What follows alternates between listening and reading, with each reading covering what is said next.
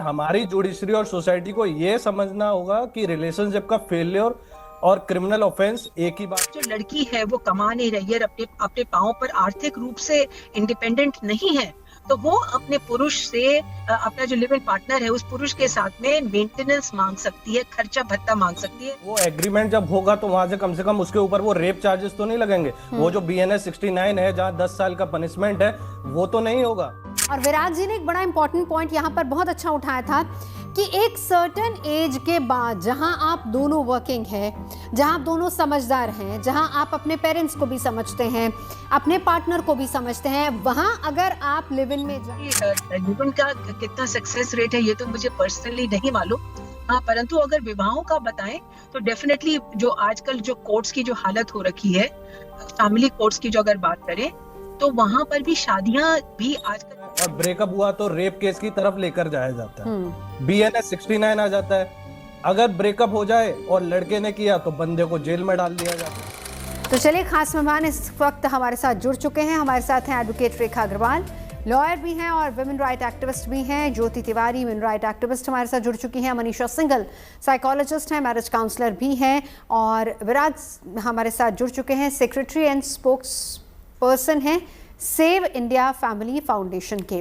इस पूरे मामले को लेकर रेखा जी, सबसे पहले आप ही के पास आते हुए, कोर्ट ने सिक्के के इन दोनों पहलुओं को समझाया है। अब यहाँ पर कोर्ट ने कई ऐसे मामलों को आधार भी बनाया है जहाँ पर लिव इन को सही और जेन्युइन बताया गया है, लेकिन यहाँ साथ ही साथ परिवार के सम्मान की बात भी कही गई है। कोर्ट के इस फैसले को किस नजरिए से देखा जाए? देखिए, ये फैसला जो है ना, इसको दोनों तरीके से देखा जा सकता है। आजकल नो डाउट ये एक तरह से एक ट्रेंड सा बन गया है मॉडर्न जमाने के अंदर कि लोग जो है शादी की जिम्मेदारियों से शायद उसको एक्सेप्ट नहीं करना चाहते इतनी इजीली, और एक बार उसको ट्राई करके देखते हैं कि क्या हम एक बार लिव इन रिलेशनशिप में रह के देखें कि हम एक दूसरे के साथ में शादी करने के लायक हैं कि नहीं है, कि हम रहकर देख लेते हैं, नहीं जमेगी तो फिर शादी नहीं होगी। हालांकि यहाँ पर ये लोग दोनों कह रहे हैं कि हम कमिटेड हैं दोनों। जी, कमिटमेंट कहना बहुत आसान है। कमिटमेंट एक सिर्फ एक शब्द है जो आप जब किसी के साथ में रहते हैं कुछ टाइम तक, आप हर तरीके से अपने आप के अंदर सक्षम होते हैं जीवन की जिम्मेदारियों को संभालने के लिए, तब देखना पड़ेगा। उसमें एज ग्रुप कोई भी हो सकता है। फिजिकल वाइल्ड की जब 18 साल के हो गए तो लड़का भी है, वो 18 साल के बाद में जो चाहे वो कर सकता है। उसके माँ बाप उसको रोक नहीं सकते कि तुम लिव इन में क्यों रह रहे हो, अभी तो तुम्हारी शादी की उम्र 21 साल की नहीं हुई। देखिए, दोनों चीजों को हमको देखना है। एक कानूनी अधिकार है प्रोटेक्शन का, सिंपली बिकॉज वो 21 साल का नहीं हुआ है इसका मतलब ये नहीं कि कोई भी उसके साथ मनमानी करे और ये कहे कि देखो तुम तो 21 साल के नहीं हुए हो। तो मैं लौटती हूँ रेखा जी। विराट जी, अब आपके पास आना चाहूंगी। पूरे मामले को आप किस तरीके से देखते हैं? यहाँ पर कोर्ट ने एक तरीके से परिवार का, माता पिता का, समाज में उनके सम्मान का, उसकी बात को भी इक्वली वैल्यू किया है। जी, तो मैं पहले तो ये कहना चाहूंगा कि हमारे देश में आज भी ऐसी मानसिकता बनी हुई है कि लिव इन रिलेशनशिप को एक शक की नजर से देखा जाता है और कई लोग चाहते हैं कि इसे क्रिमिनलाइज कर दिया जाए। लेकिन अगर लिव इन रिलेशनशिप होता है तो उसमें ब्रेकअप होने की पॉसिबिलिटी भी है और हर ब्रेकअप एक्सप्लॉयटेशन या क्राइम नहीं होता। पुरानी मानसिकता है कि लिव इन रिलेशनशिप को क्रिमिनलाइज कर दो, लिव इन को गलत बताया जा रहा है और ब्रेकअप हुआ तो रेप केस की तरफ लेकर जाया जाता है। BNS 69 आ जाता है। अगर ब्रेकअप हो जाए और लड़के ने किया तो बंदे को जेल में डाल दिया जाता है। अगर दो एडल्ट्स अपनी मर्जी से रिलेशनशिप में थे तो ब्रेकअप और क्राइम के बीच की रेखा को स्पष्ट होना चाहिए। ठीक है। और समाज में भी लिव इन में लोगों को प्रोटेक्शन नहीं दी जाती। कई जगह पे उन्हें रेंट पर घर नहीं दिया जाता। अगर लिव इन को अलाउ करते हैं तो एडल्ट्स को कंसेंशुअल रिलेशनशिप को समझने के लिए भी एक बैलेंस अप्रोच होनी चाहिए, ना कि रेप केस फाइल करना चाहिए। ठीक है। और हमारी जुडिशरी और सोसाइटी को यह समझना होगा कि रिलेशनशिप का फेलियर और क्रिमिनल ऑफेंस एक ही बात नहीं है। और जैसा कि रेखा जी ने भी बोला कि आर्थिक जिम्मेदारियां, तो मेरा मानना है कि ऐसे अरेंजमेंट में 25-27 साल की एज के बाद ही एनकरेज किया जाना चाहिए लिव इन के लिए, जब करियर और फाइनेंशियल स्टेबिलिटी का बेस बन चुका हो। ठीक है, ये बहुत इंपॉर्टेंट पॉइंट है। लेकिन अब यहाँ पर जब कोर्ट ये कहता है कि लिव इन की बात तो एक है, उसमें भी लड़का 21 का नहीं हुआ है, यानी कि शादी लायक उसकी उम्र नहीं हुई है, लड़की भले ही 18, क्योंकि दोनों 18 से ज़्यादा हैं। लेकिन यहाँ पर कोर्ट ने माता पिता के सम्मान की बात को आगे रखा है, सामाजिक वैल्यूज़ को उन्होंने आगे रखा है। लिव इन के नाम पर आप ऐसे नहीं कर सकते। देखिए, आप इस पहलू को भी समझिए, अगर किसी माता पिता के बच्चे लिव इन में जाते हैं और अगर कहीं सोसाइटी में बात फैलती है, आप बिल्कुल सही कह रहे हैं कि समाज एक्सेप्ट नहीं करता, लेकिन उसका खामियाजा माता पिता को भुगतना पड़ता है। तो एज अ मेंस राइट्स अगर मैं बोलूं तो we are opposing the sexual liberalisation, ठीक है। माई चॉइस कल्चर और हाई बॉडी काउंट कल्चर जो चल रहा है, कैजुअल रिलेशनशिप कल्चर के सोशल इम्पैक्ट पे खुलकर डिस्कशन भी होना चाहिए। लोगों को लिव इन के बेनिफिट्स ही नहीं बल्कि रिस्क भी बताए जाने चाहिए कि इमोशनल कॉन्सिक्वेंसेस क्या है, फाइनेंशियल कॉन्सिक्वेंसेस क्या है, लीगल कॉन्सिक्वेंसेस क्या होंगे और फैमिली और सोशल कॉन्सिक्वेंसेस क्या होंगे। क्योंकि freedom to get in and freedom to get out दोनों इक्वली इंपॉर्टेंट होने चाहिए। क्योंकि गेट इन में किडनैपिंग या रेप केस अलग तरीके से लग सकता है और गेट आउट में रेप केस अलग तरीके से लगता है। तो ये हमारे जनरेशन को समझने की भी जरूरत है। और जैसे मैंने बताया था कि फाइनेंशियल इंडिपेंडेंस, तो दोनों के पास कम से कम 10 से 15 लाख की सेविंग्स हो, इमरजेंसी फंड हो और एसेट्स होने चाहिए। उस एज में तो बहुत नहीं, वो बात तो सही है, उस एज में मैच्योरिटी आ जाती है। अब मान लीजिए लिव इन में कोई रह रहा है, दोनों परिवारों की मंजूरी के साथ ही यहाँ पर अगर कोई रह रहा है और फिर भी अगर उनकी नहीं बनती है, फिर दोनों अलग हो जाते हैं। यहाँ पर पंजाब हरियाणा हाईकोर्ट की टिप्पणी आ जाती है कि आपने दुनिया को तो बता दिया, परिवार वालों को भी पता है, उनकी मंजूरी भी है कि हर कोई साथ रह रहा है, लेकिन उसके बाद भी अगर नहीं बनती तो कौन जिम्मेदार होता है?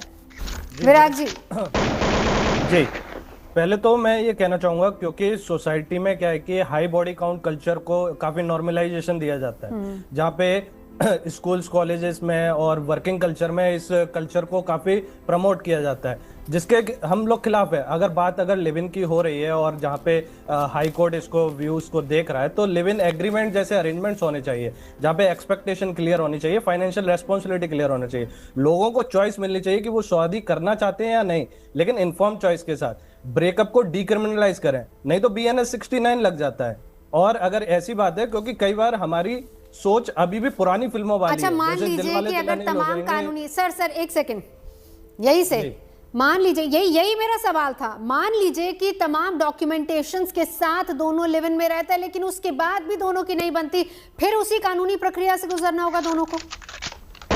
तो वहां से वो एग्रीमेंट जब होगा तो वहां से कम उसके ऊपर वो रेप चार्जेस तो नहीं लगेंगे। वो जो BNS 69 है जहां 10 साल का पनिशमेंट है, वो तो नहीं होगा। जहाँ पे बंदा सुसाइड कर लेगा, अभी रिलेशनशिप में ब्रेकअप तो हो ही सकता है, पूरी पॉसिबिलिटी होती है। ऐसा तो नहीं है कि सारे रिलेशनशिप अच्छे चल रहे हैं। तो अगर आप उसमें क्लियर है कि आप शादी कर सकते हो नहीं कर सकते हो, क्योंकि बात वहीं आ जाती है जहाँ पे हमने बहुत सारे केसेस देखे हैं सुप्रीम कोर्ट के अंदर भी, फॉल्स प्रॉमिस ऑफ मैरिज के ऊपर ही केसेस आते हैं जहाँ पे 5 साल हो गए। तो ऐसे में परिवारों का क्या?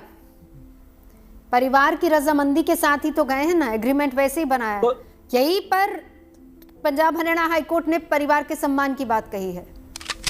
अगर आप परिवार की बात पे चलेंगे तो अगर आप मोरालिटी की बात करेंगे तो फिर लॉ की बात मत कीजिए, क्योंकि लॉ और मोरालिटी, जैसा कि चंद्रचूड़ सर ने भी कहा था कि law doesn't go with the morality and morality doesn't go with the law.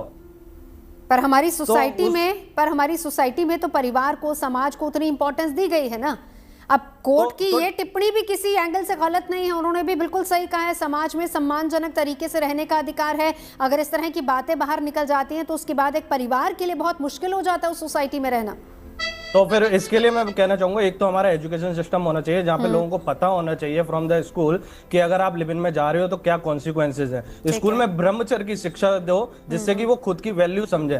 Body count जो इंक्रीज हो रहे हैं वो नहीं होने चाहिए। एक बार ज्योति तिवारी जी, अब आपकी राय इसको लेकर, क्या एक नई बहस नई कोर्ट ने इसको लेकर छेड़ दी है? दो अलग अलग तरह की चीजें यहाँ पर हो रही हैं।